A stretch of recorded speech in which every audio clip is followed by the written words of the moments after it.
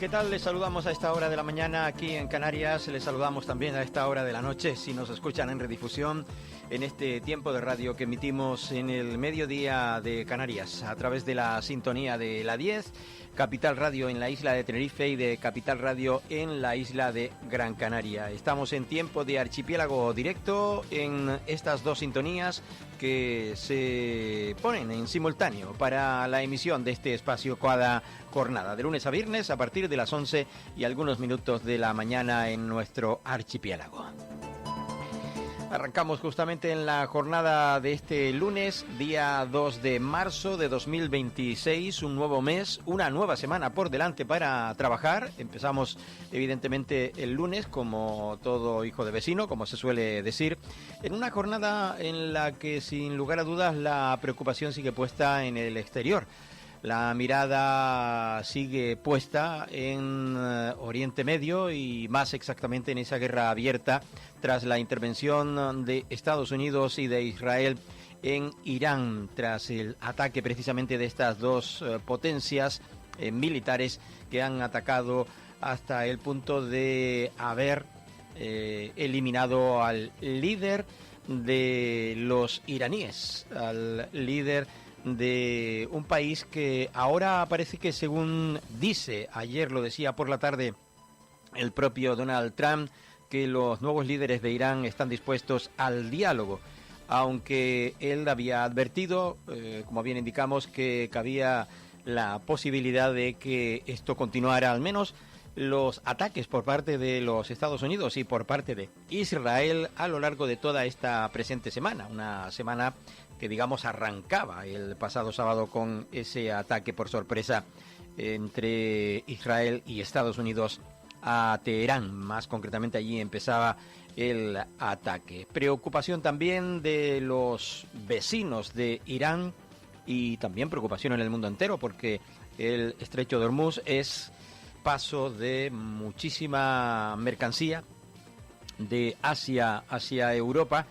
Y por supuesto también allí pasa la mayor parte del combustible, del petróleo que consumimos en el resto del mundo, aunque parece ser, según datos publicados ayer por algunos medios de comunicación en España, estamos un poco más alejados de que nos pueda afectar, al menos en suministro, porque en precios ya saben ustedes que ha habido una importante reunión de los petroleros y ya indican de la subida probable de los precios de los combustibles, sobre todo rápido y veloz, como suele ocurrir en las gasolineras. Luego ya si baja, ya tarda un poquito de tiempo en verse reflejado, si es que se ve reflejado en algún lugar. En principio, lo dicho, arrancamos una semana después precisamente del fin de semana final del Carnaval de las Palmas de Gran Canaria, con ese gran despliegue carnavalero en la cabalgata del pasado sábado. En la pasada noche más de 70.000 personas acudieron al Parque de Santa Catalina en las Palmas de Gran Canaria para ver el concierto de Marc Anthony. Y bueno, ayer también hubo algo de carnaval, el entierro de la sardina, y ahora pues ya las semanas próximas el desarrollo de los carnavales en algunos otros lugares en los sures de las islas, más concretamente en la ciudad de Telde, queda por celebrar el carnaval, y luego el Carnaval Internacional de Maspalomas, que digamos que tiene ese, digamos, poquito de esa relevancia por la internacionalidad, como digo, de el carnaval que ahí se celebra.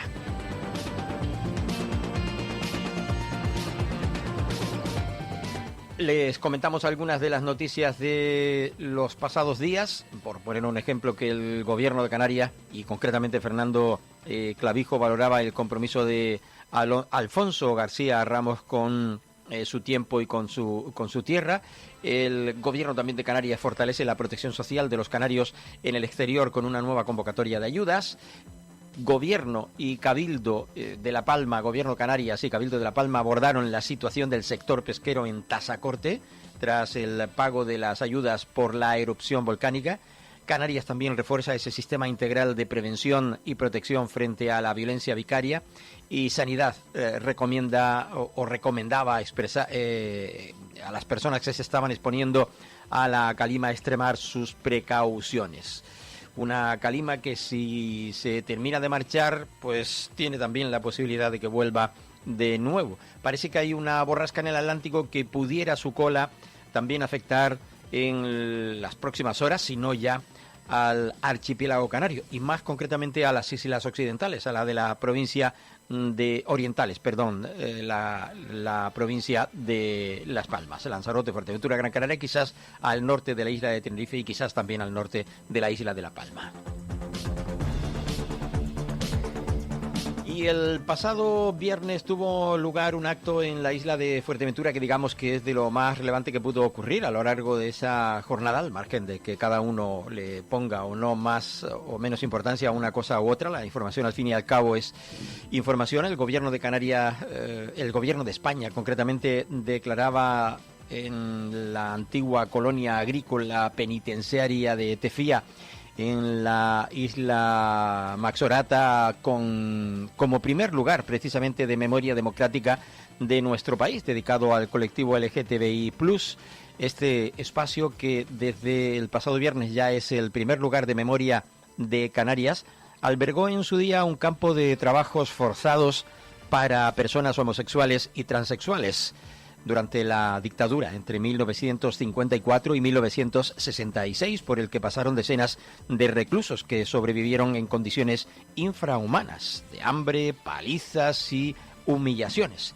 Tefía fue el símbolo de la vergüenza de un régimen fascista podrido, de supremacismo blanco heteropatriarcal, en una España asfixiante y pacata, donde no podía brotar la libertad. Ha señalado el ministro de Política Territorial y Memoria Democrática, Ángel Víctor Torres, durante este acto celebrado, como digo, en Tefía, isla de Fuerteventura, en el que se ha hecho entrega a 10 declaraciones de reconocimiento y reparación a víctimas que pasaron por este centro, así como a personas y colectivos que se han significado en la lucha del movimiento LGTBI+. LGTBI+, mejor dicho. Torres, que estaba acompañado también por el presidente de Canarias, Fernando Clavijo, la presidenta de la isla de Fuerteventura, Lola García, y el delegado del gobierno en Canarias, Anselmo Pestana, y también del secretario de Estado de Memoria Democrática, Fernando Martínez, afirmaban que el régimen franquista no sabía lo que hacía al pretender sembrar en Canarias la semilla del odio a la diversidad. Escuchamos primero a Ángel Víctor Torres, hablando precisamente en este evento en Fuerteventura. Día histórico hoy porque aquí en Canarias, en la isla de Fuerteventura, vamos a designar el primer lugar de memoria de todo el país para el colectivo LGTBI+. Porque aquí, en este espacio que ven a mi espalda, en estos barracones y aquí en este erial, durante los años de la dictadura, personas fueron condenadas a picar piedra exclusivamente por el delito, lo digo entre comillas, de ser y manifestar que eran homosexuales.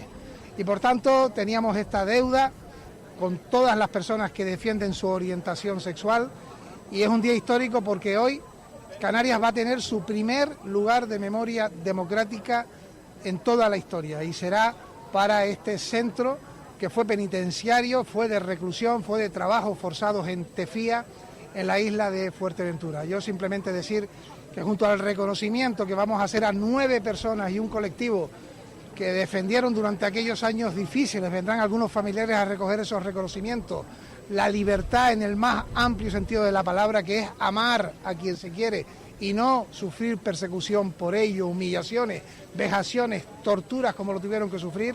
Hoy es un día de alegría porque se repone algo fundamental, la dignidad de las personas, la no repetición, la reparación y la justicia. Y como ministro del Gobierno de España tengo que decir que este viernes es para mí un día muy especial porque tendremos siempre que recordarlo para que las futuras generaciones, la gente joven, sepa que durante los años de ausencia de libertades y de democracia, el querer a una persona de tu propio sexo te llevaba años de reclusión y de trabajo forzado. Penoso, porque cualquier persona tiene todo el derecho de amar a quien quiera. Hubo homosexuales que lo eran, callaron, incluso se casaron con personas del otro sexo, pero no eran a quienes querían. Hoy, en este país, en España, tú puedes amar a quien quieras y tienes idénticos derechos civiles y de cualquier otra índole. Y eso es libertad verdadera, libertad con mayúsculas. Así es, por vez primera, en la actual legislatura y como ministro de Memoria Democrática hemos asignado fondos económicos, en el caso de Canarias, a los cabildos. Y hemos acordado con el Cabildo de Fuerteventura una partida también con el colectivo Altiay para que aquí tengamos un centro de interpretación y que todo el mundo que visite este lugar sepa lo que lamentablemente ocurrió y les ocurrió a decenas de personas que sufrieron privación de libertad. Una partida inicial de 100.000 euros, es prorrogable cada año y por tanto ya eso no tiene marcha atrás. Bueno, pues un espacio que desde el pasado viernes ya es el primer lugar de memoria de Canarias. Albergó un campo de trabajo forzados para personas homosexuales y transexuales durante la dictadura, entre 1954 y 1966, por el que pasaron decenas de reclusos que sobrevivieron en condiciones infrahumanas de hambre, palizas y humillaciones. Tefía fue el símbolo de la vergüenza de ese régimen fascista podrido de supremacismo blanco heteropatriarcal en una España asfixiante y pacata donde no podía brotar la libertad. Escuchamos las palabras del presidente canario. Es un día importante pues para poder recordar, ¿no? Recordar cuando no hace mucho tiempo, por el mero hecho de amar, de sentir o de pensar de manera distinta a un régimen establecido en España, pues te privaban de la libertad, te humillaban y desde luego te encerraban. Y es importante que como ciudadanía no es mirar para el pasado, es recordar para tenerlo presente y para que no se repita en el futuro, ¿no? Quizás esa es la mayor lección, ¿no? Mucha gente joven seguramente no ha oído hablar nunca de esto, ni de esta colonia ni de Tefía, y sin embargo yo creo que hoy aquí hacemos justicia con las víctimas, con los familiares. Y por supuesto creo que el mensaje que lanzamos es que como sociedad no olvidamos, pero lo importante es que sepamos que las generaciones futuras que dan por conseguidos algunos asuntos como el voto o como el derecho a casarte o a pensar de manera distinta, que se cree consolidado, son conquistas que costaron mucha sangre y mucho dolor y que desde luego es importante que las mantengamos para el futuro. Palabras del presidente del Gobierno de Canarias, Fernando Clavijo. Luego le escucharemos hablando de otra cosa, de otro acto concreto que tuvo lugar en la isla de también Fuerteventura. Antes compartimos también en este acto de presentación en la isla de Fuerteventura a otro protagonista en este acto. Hoy es histórico para la Comunidad Autónoma de Canarias. Se reconoce al colectivo LGTBI, a esta colonia penitenciaria de Tefía como monumento a la memoria democrática. Hoy es un día histórico para nuestra Comunidad Autónoma, que es el primer monumento de la memoria democrática que se reconoce a nivel nacional para el colectivo LGTBI, y de la Comunidad Autónoma de Canarias seguiremos trabajando por una Canaria de islas iguales y donde estén en el ojo de las políticas públicas, las políticas LGTBI, y seguir construyendo una Canarias más igualitaria, de islas más iguales, con el presidente Fernando Clavijo. Bueno, pues para la Comunidad Autónoma de Canarias. El representante concretamente de una activista, concretamente Miguel Ángel Fernández, activista del LGTBI+, de la Fundación Pedro Cerolo.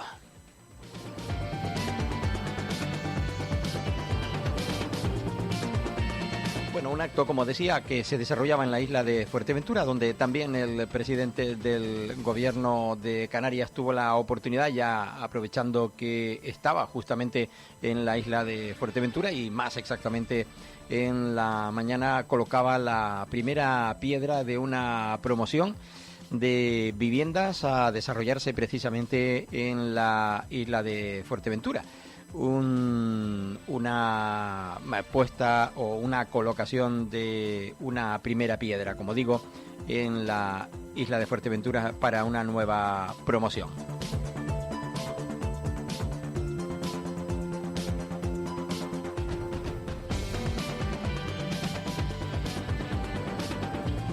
Allí también estuvo el ministro Torres, y también estuvo el consejero canario del área. Más concretamente fue un acto simbólico de colocación de una primera piedra que va a dar paso a la construcción de 77 nuevas viviendas de promoción pública en el municipio de La Oliva, como digo, en la isla de Fuerteventura. Una actuación que cuenta con un presupuesto de 11.112.000 euros. Se enmarca en el programa número 6 del Plan de Recuperación, Transformación y Resiliencia, financiado por la Unión Europea a través de los fondos Next Generation. En concreto, del presupuesto global, 3.171.041 euros que proceden del mecanismo de recuperación y resiliencia. 5 millones de euros aportados por la comunidad autónoma, 5.600.000 más exactamente, y casi 740.000 por el Cabildo de la isla de Fuerteventura. Durante el acto, el presidente del Gobierno de Canarias destacaba que cada vivienda pública que el gobierno pone en marcha es una respuesta directa a las familias que hoy encuentran dificultades para acceder a una casa en el mercado libre. Escuchamos primero, como digo, al presidente del Gobierno de Canarias. El principal problema de España, en Canarias y en Fuerteventura ahora mismo es el acceso a la vivienda. Hoy estamos aquí poniendo esa primera piedra para las 77 viviendas de protección oficial. Tenemos 2 más en Fuerteventura, 2 en Puerto Rosario, y estamos ahora mismo haciendo más de 2.000 viviendas públicas por todo el archipiélago. Sabemos que necesitamos hacer más, necesitamos que la actividad privada también se incorpore a la construcción de viviendas, porque tiene que haber viviendas para todo el público, pero desde luego la prioridad que hemos marcado en el gobierno para después de más de 10 años de sin hacer una sola vivienda pública en Fuerteventura, pues pongamos esta primera piedra. Yo quiero destacar y agradecer la colaboración del Ayuntamiento, de Isaí, de su alcalde, de la presidenta del Cabildo, de Lola, y este ejemplo de colaboración de todas las administraciones implicadas en la resolución de esos problemas reales de la ciudadanía, que insisto es el de la vivienda, pero también en Fuerteventura estamos con la infraestructura viaria, que el propio consejero decía que esa licitación de más de 215 millones de euros. Estamos también con el agua, donde hemos metido recursos desde el gobierno con el Cabildo para resolver uno de los grandes problemas, y por supuesto vamos a seguir apostando por esa movilidad, ese transporte gratuito en la isla, con el apoyo inestimable del Cabildo, que insisto, hacen que, pues que al final la movilidad, que es algo imprescindible para poder trabajar y para poder desde luego desarrollarse en la isla, una isla larga y compleja, pues desde luego es uno de los principales objetivos también.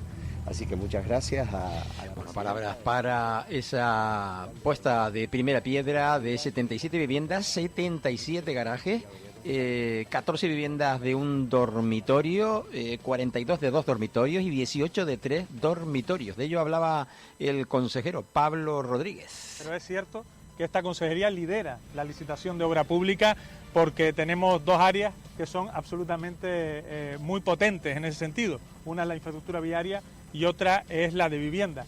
En estos últimos meses, desde diciembre hasta ahora, hemos licitado más de 400 millones de euros de obra pública. La mayoría de ellas hay ofertas, se van a adjudicar. Una de ellas aquí en la isla de Fuerteventura, la más grande de todas, 215 millones de euros, que es la carretera que va a unir el aeropuerto con Pozo Negro en el eje norte-sur, justo en el sentido ya del aeropuerto hacia el sur, que son 215 millones de euros, y como por suerte se han presentado 6 ofertas. Por lo tanto, nosotros creemos que el trabajo que estamos haciendo de licitación de obra pública, que además de estudiar muy bien los proyectos para que los proyectos al final pues no queden desiertos, lo estamos haciendo. La prueba es la obra que estamos aquí visitando, y la prueba, como digo, es la mayor de todas las que hemos licitado en los últimos 3 meses, que es la de Aeropuerto Pozo Negro. Bueno, pues carretera también, como digo, como decía el propio consejero, que se va seguramente a terminar, pues eso, construyendo ahí en la isla de Fuerteventura, porque ya está todo el tema en marcha, como bien citaba. Les decía que había estado Ángel Víctor Torres también en la isla de Fuerteventura, y como parte de los fondos también vienen de la Unión Europea y del Gobierno Central, pues estuvo también en esta puesta de primera piedra de esas viviendas, 77 concretamente, en el término municipal de La Oliva. Ángel Víctor Torres. La vivienda es un derecho constitucional, y hoy es una magnífica noticia, que además también es un ejemplo de relación entre distintas administraciones, el Ayuntamiento, el Cabildo, el Gobierno Autónomo y el Gobierno de España, el poder estar en esta simbólica colocación de la primera piedra con obras ya comenzadas para tener 77 viviendas aquí en Fuerteventura, en el norte de la isla, en La Oliva. Y por tanto es el camino que debemos seguir desde el Gobierno de España.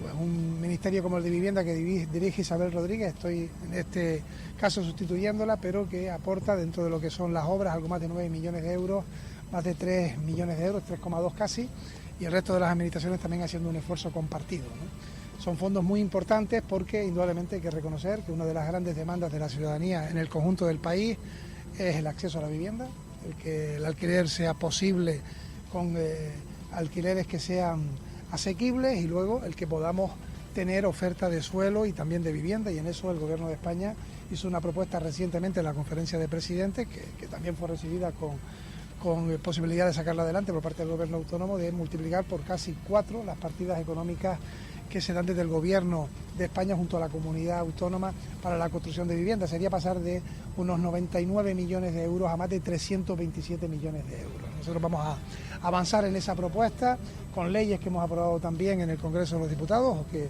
pretendemos llevar a las Cortes Generales, y lo más importante es que lo que hoy se convierte en una obra y antes era en un solar, pues pronto veremos aquí vida, veremos aquí familias, veremos aquí personas que puedan acceder a ese derecho, como digo, constitucional de la vivienda, y por tanto creo que es un ejemplo de distintas administraciones trabajar de la mano y que también la ciudadanía lo pueda ver y comprobar, ¿no? Bueno, 2 eventos, 2 actos en la isla de Fuerteventura, 2 eventos en los que estaban representados pues casi todas las instituciones, ¿no?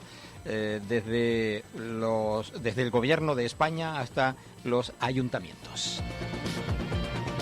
Vamos a marcharnos con la pausa que nos toca a esta hora aquí en nuestro archipiélago directo, en la sintonía de la 10, Capital Radio y de Capital Radio en Gran Canaria, simultaneando este archipiélago directo, magazine en tono informativo. Lanzamos a partir de las 11 y algunos minutos de la mañana aquí en Canarias en esta sintonía. Si nos oye de noche o de madrugada, ya sabe que es la redifusión del programa del mediodía. Volvemos tras el alto en el camino con mucho más, porque ya decía el consejero Zapata, Mariano Hernández Zapata, dijimos que Tenerife tendría su central hidroeléctrica y ya está en marcha. Vamos con ello a continuación. Estás escuchando Archipiélago Directo en Capital Radio Gran Canaria. El remate, con Miguel Ángel González Suárez. Cada día, de lunes a viernes, de 7:30 a 10 de la mañana, ofrecemos en simultáneo para las 2 provincias canarias, El Remate, con la actualidad de Canarias. Aquí, en Capital Radio. Muy buenos días, Canarias. El Remate, con Miguel Ángel González Suárez. La búsqueda del talento es un viaje hacia la voz propia. Una voz que grita lo que tantos tienen que decir. Entra en talentocanario.es y descubre lo que la diseñadora y tecnóloga Elena Corchero y el experto en inteligencia artificial David Masía nos han contado sobre el talento en el emprendimiento. Talento Canario, un movimiento para inspirar. Gobierno de Canarias. Islas Iguales. ¿Una propiedad que vender? ¿Una herencia que gestionar? No te compliques más. En Proyectos Insulares valoramos tu patrimonio y te damos la mejor solución. Somos asesores inmobiliarios con experiencia y ponemos todo nuestro conocimiento a tu servicio. Llama ya al 922 22 66 12 o entra en proyectosinsulares.es. Proyectos Insulares. Tu tranquilidad, nuestro proyecto. Acelera el sueño de comprar tu coche o moto con el impulso que necesitas. En Caja 7 queremos acompañarte en cada viaje ofreciéndote la financiación que necesitas para tu vehículo. Entra en cajasiete.com/préstamos y simula la financiación que podrás solicitar con solo un par de clics. Caja 7. Comprometidos con tus proyectos. Comprometidos con nuestra gente. 922 21 88 97. Faicanes Tenerife, dígame. Perdone, tengo plagas en la empresa. Le preparamos un presupuesto sin compromiso. ¿Y son efectivos? Claro, en Faicanes Tenerife, empresa pionera en el control de plagas, eficacia y rapidez son nuestra garantía. Faicanes Tenerife, plagados de soluciones. ¿Quieres que tu marca suene alto y claro? ¿Alto y claro? Anúnciate en la radio, donde la voz emociona. Mensajes directos, eficaces, memorables. Tu negocio en la mente de miles de oyentes. Impacta, conecta, vende. Las mejores voces para tus anuncios. Adaptamos tu mensaje a cada estilo. Y lo llevamos a donde están tus clientes. Haz que te escuchen. Anúnciate en la radio.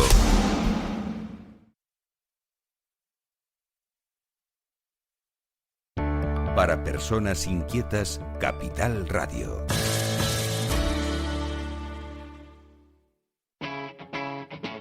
Capital Radio. Para personas inquietas, Capital Radio.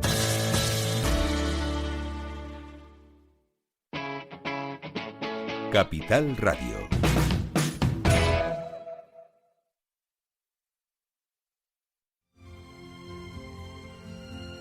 Soy Ángel Alonso y estoy aquí para decirte que no buscamos más audiencia.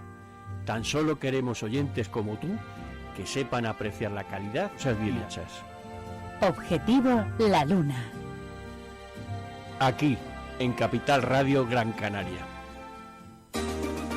El Rompeolas, un magazine diferente. Martes de 1 a 2 de la tarde en simultáneo en la 10 Radio Tenerife y Capital Radio Gran Canaria. No te lo pierdas, será el comienzo de una gran amistad. El Rompeolas con Javier Rodríguez. Capital Radio. Gran Canaria, 101.2 FM.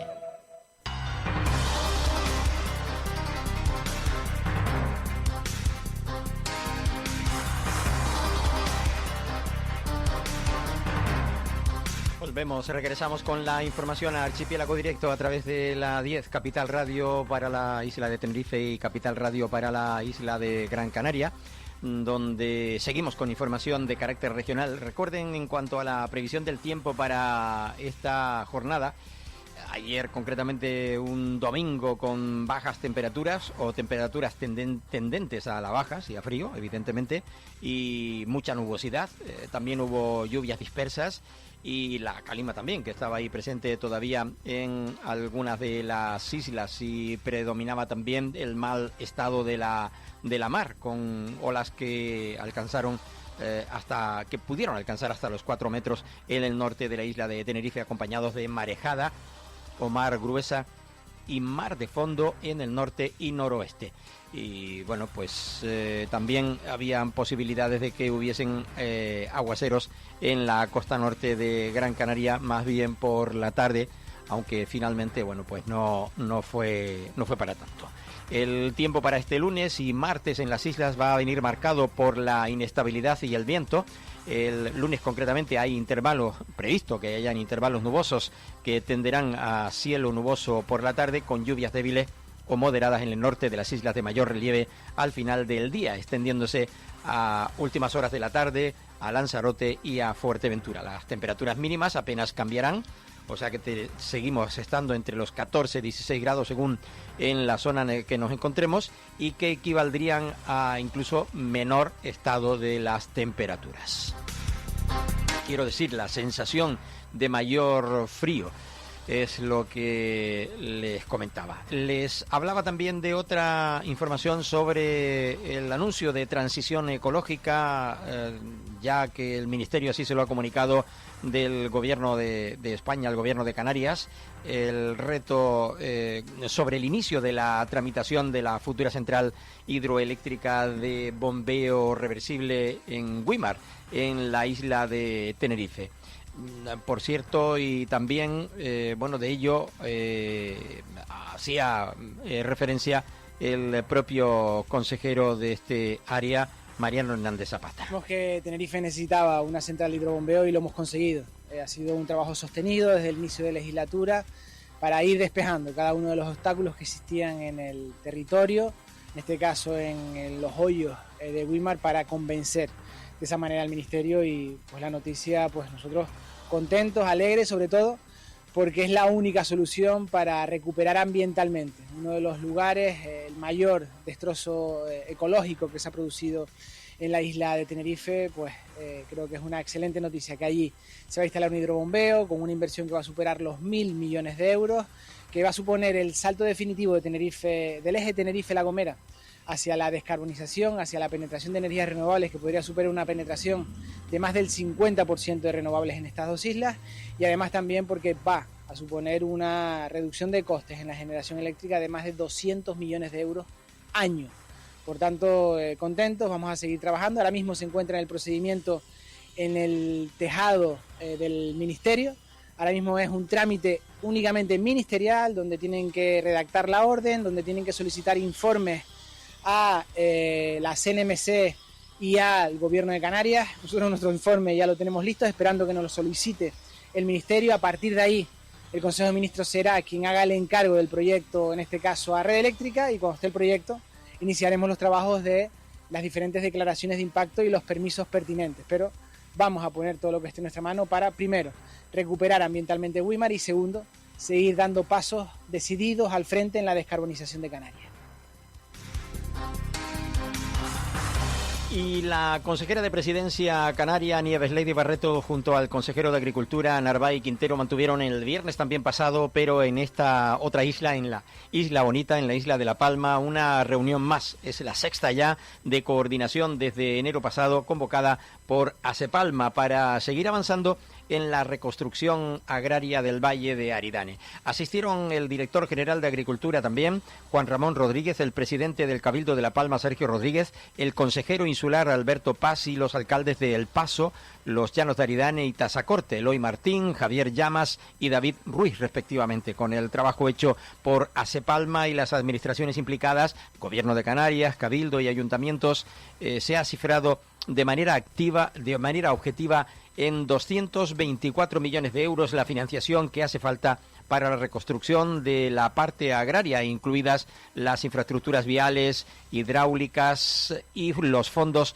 de la nueva convocatoria de la FEPAC para activar también que va a activar el Gobierno de Canarias. Ahora, con toda la documentación y el trabajo hecho, se solicitará una reunión al Gobierno de España para que se implique en la reconstrucción. Según explicaba Nieves Lady Barreto, el Gobierno de Canarias, por su parte, entre los años 24, 25 y 26, habrá aportado 266 millones de euros a los bolsillos de las personas, según añadía, en la isla de La Palma, donde concretamente se celebraba esta reunión y donde explicaba qué era lo que estaba sucediendo. Vamos a escuchar su intervención, como digo, el viernes pasado en la isla de La Palma. Bueno, muchas gracias por estar aquí y, en primer lugar, pedirles disculpas por la espera. Hoy hemos tenido la sexta reunión de coordinación desde enero con representantes de los plataneros afectados por el volcán, a la que además hoy se han incorporado algunas otras organizaciones agrarias,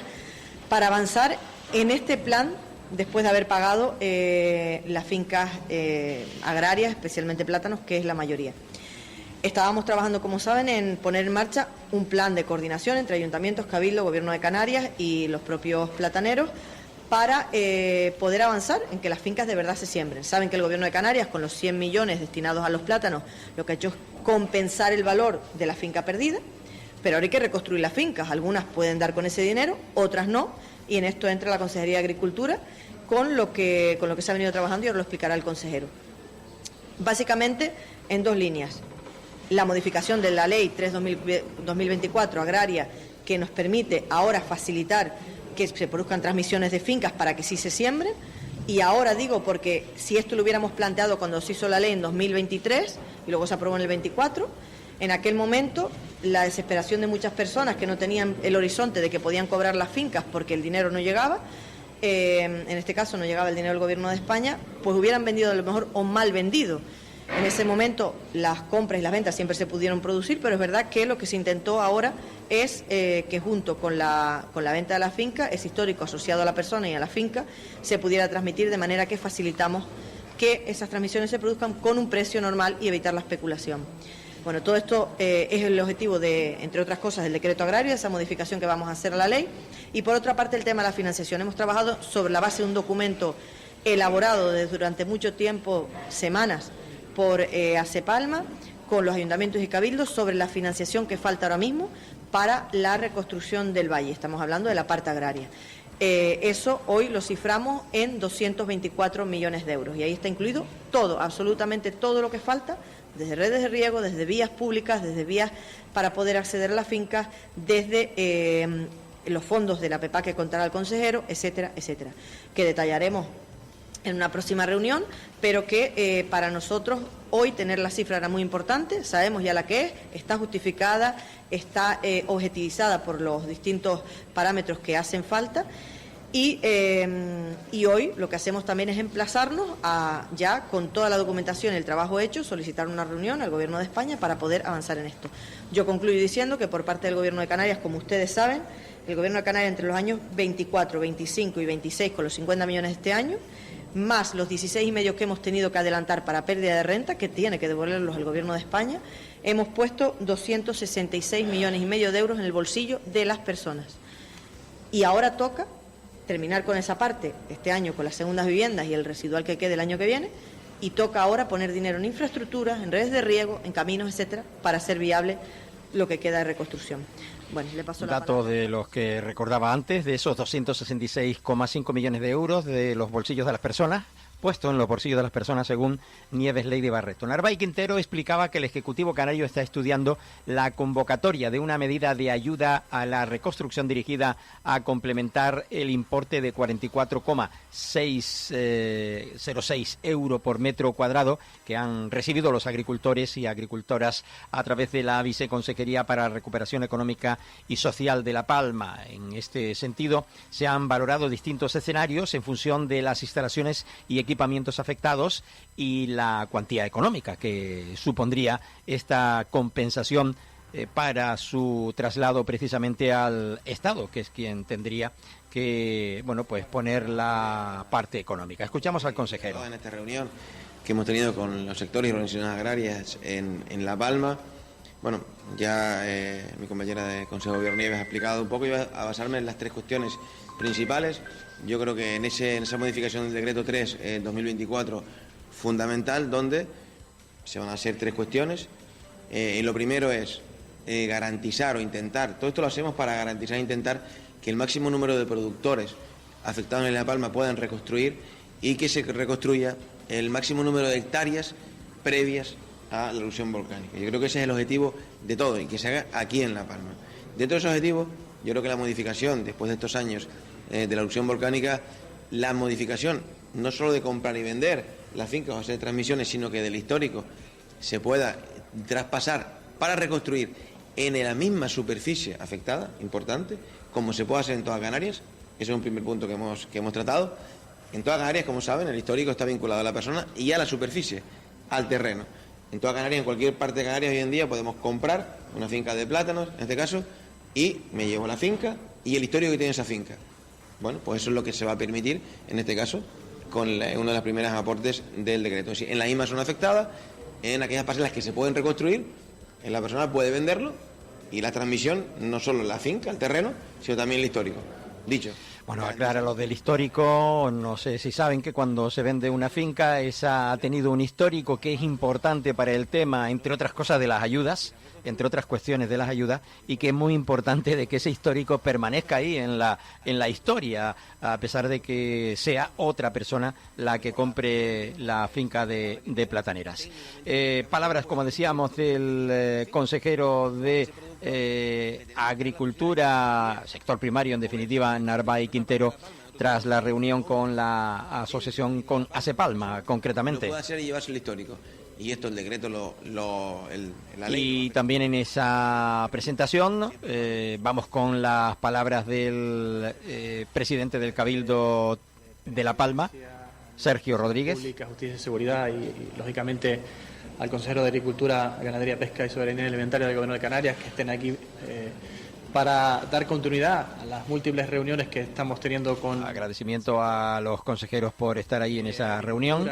También de la propia Viceconsejería de Reconstrucción de La Palma, de los ayuntamientos y del propio Cabildo, pues arrojan unas cifras que hemos clarificado con el sector y, bueno, pues lógicamente también hemos puesto sobre la mesa la necesidad de que de no solamente ir dando respuestas a las cuestiones que en el primer decreto no se daban, estamos en momentos distintos, eso es importantísimo, porque efectivamente el objetivo que se persigue es que la mayor parte de agricultores puedan recuperar su finca y, como decimos muchos, podamos pintar de verde esa zona que siempre fue de ese color.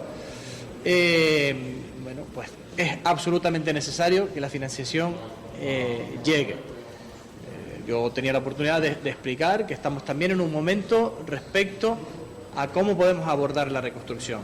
Tenemos un plan de reconstrucción de infraestructuras. Como ustedes saben, el Cabildo Insular de La Palma, junto con los ayuntamientos, está liderando toda la parte de reconstrucción de infraestructuras, pero hasta este momento solo contamos con los fondos del primer convenio, el 50% del coste del primer convenio. Hemos elevado esas cifras, como digo, hoy la consejera hablaba de en torno a 224 millones para la totalidad de la reconstrucción. En el plano de las infraestructuras es básicamente la parte más importante de todas. Bueno, 226 más exactamente, o para ser más exactos, de esa inversión que se está llevando a cabo, como digo, en la isla de La Palma. Y en Canarias, las regiones ultraperiféricas, no, nos vamos primero con otra cuestión, con la Dirección General de Transporte y Movilidad del Gobierno de Canarias, María Fernández, que presentaba ante el Ministerio en Madrid de Transportes y Movilidad Sostenible la documentación remitida por los cabildos de las islas para garantizar la aplicación del 100% de la bonificación de abonos y títulos multiviajes del transporte público colectivo terrestre. Lo que está, bueno, pues haciendo mucha gente ahora mismo, viajando gratuitamente en las guaguas o en el tranvía en el archipiélago canario, y que se está realizando ya durante el año 2026 de acuerdo con el procedimiento regulatorio del capítulo 4 del Real Decreto Ley 17/25 de 23 de diciembre, que es el que lo permite de esa forma. Esta actuación se enmarca en el trabajo coordinado desarrollado entre el Ejecutivo y las administraciones insulares, que han certificado el cumplimiento de todos los requisitos exigidos por la normativa estatal, incluyendo la implantación efectiva de la gratuidad desde el 1 de enero de 2026 y el compromiso de mantenerla hasta el 31 de diciembre del año 2027. Yo creo que más bien es 31 de diciembre de este año, 2026. El Gobierno de Canarias ha canalizado esta información mediante una solicitud frontal, dando así cumplimiento al procedimiento establecido a la concesión de ayudas estatales. Aunque puede ser que efectivamente se mantenga este año 2026 y siga hasta el 31 de diciembre del año 2027. Vamos a oír lo que dijo la directora general de esta cuestión. Bueno, hacía unas valoraciones, Fernández, concretamente diciendo que señalaba que el avance de continuidad a lo abordado en la última mesa interadministrativa del transporte terrestre, donde el Ejecutivo ya expuso precisamente la necesidad de reforzar la coordinación con el Estado para mejorar la planificación financiera del sistema. La gratuidad del transporte público en Canarias requiere una gestión anticipada y una coordinación constante entre las administraciones para evitar demoras y dotar el sistema, ¿no? Dotar de estabilidad al sistema, según indicaba la propia la directora general en este área del gobierno de Canarias. Como ya expusimos en la reunión pasada en la mesa del transporte donde se encuentran los cabildos, les trasladamos que habíamos arrancado el compromiso del Ministerio de hacer reuniones técnicas de manera mensual, y se cumple con el próximo día 10 una reunión de coordinación, no solo para la justificación de la gratuidad del año 2025 para poder cobrarla lo antes posible, lo restante a esos 120 millones que estaban en la partida del 2025, como para recibir el dinero lo antes posible correspondiente al anticipo del 2026. Recordemos que del buen cumplimiento por parte del Estado tendremos la capacidad, los cabildos tendrán la capacidad económica de dirigir sus economías a mejorar la prestación de servicio, a contratar más chofer, a comprar más guaguas, a mejorar las infraestructuras. todo ese esfuerzo económico que los cabildos están haciendo para cubrir la deuda del Estado podría ser destinada a la mejora del servicio, que es lo que tenemos que hacer. Reforzar el servicio para que no solo sea accesible porque es económico, porque es gratis, sino porque sea además puntual, que llegue a donde tiene que llegar en tiempo y en forma, ¿no? Así que el próximo día 10 tendremos esa reunión técnica con el Estado y podremos ir avanzando más sobre cuándo llegarán los fondos del 2025, los que nos quedan, y cuándo llegarán los fondos del 2026 para este nuevo año de gratuidad.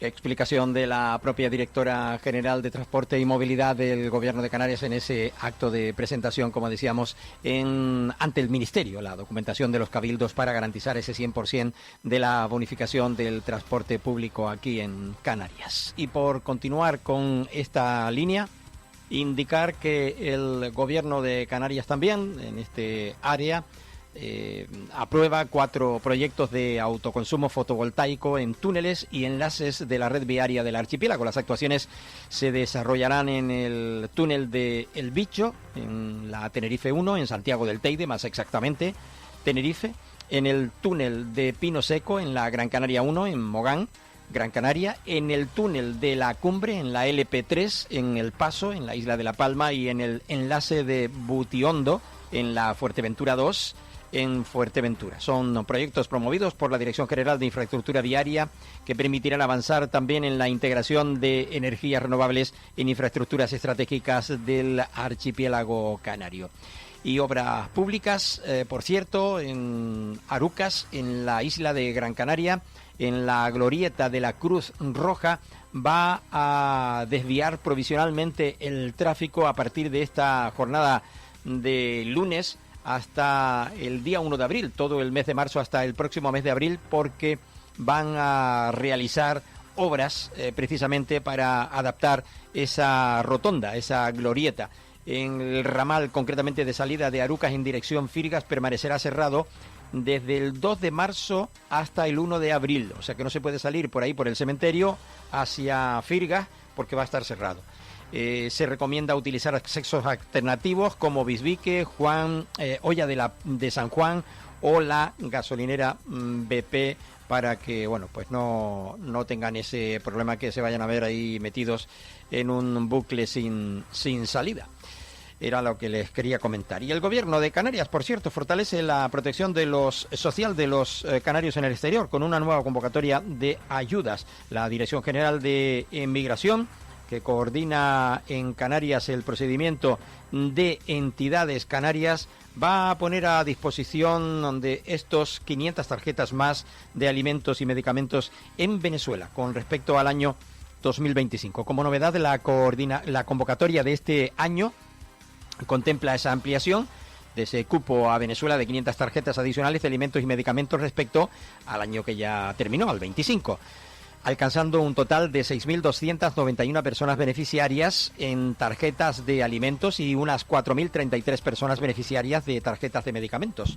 Una medida orientada a dar respuesta al aumento de las necesidades detectadas entre la comunidad canaria en el país. Vamos a escuchar las palabras de José Telles, que se relaciona con este ámbito desde la Viceconsejería del Gobierno de Canarias. El Gobierno de Canarias, a través de la Dirección General de Migración, ponemos en marcha la nueva convocatoria asistencial en el exterior, específicamente para Venezuela, donde queremos dar respuesta a la cobertura sanitaria para canarios emigrados mayores de 65 años, así como las tarjetas de emergencia de alimentos y medicamentos para canarios y descendientes, donde todos aquellos solicitantes que quieran presentarse a dicha convocatoria pueden acudir a todas las entidades canarias de su zona, de su lugar de residencia, y a través de ellos poder estar acompañados, asesorados, informados y ayudados,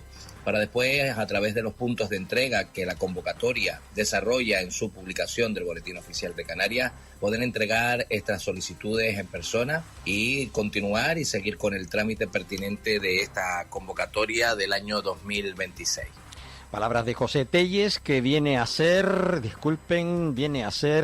el director general de Emigración del Gobierno de Canarias, y que, bueno, pues se nos indicaba concretamente esta cuestión. Al respecto de más temas, quería hablarles de las regiones ultraperiféricas, de cómo se encuentra Canarias. Escuchen, porque esto es importante. Las regiones ultraperiféricas de la Unión Europea continúan sin alcanzar niveles de desarrollo equiparables a sus respectivos países ni a la media comunitaria. Es decir, la pobreza, por poner un ejemplo, aquí en Canarias no avanza, y no solo no avanza, sino que ha retrocedido a lo largo de todas estas décadas, de 3 décadas, en cuanto a menores se refiere en el archipiélago. Pese a más de 30 años de políticas específicas de cohesión, financiación reforzada y regímenes fiscales diferenciados, según un estudio del Colegio de Economistas de Las Palmas.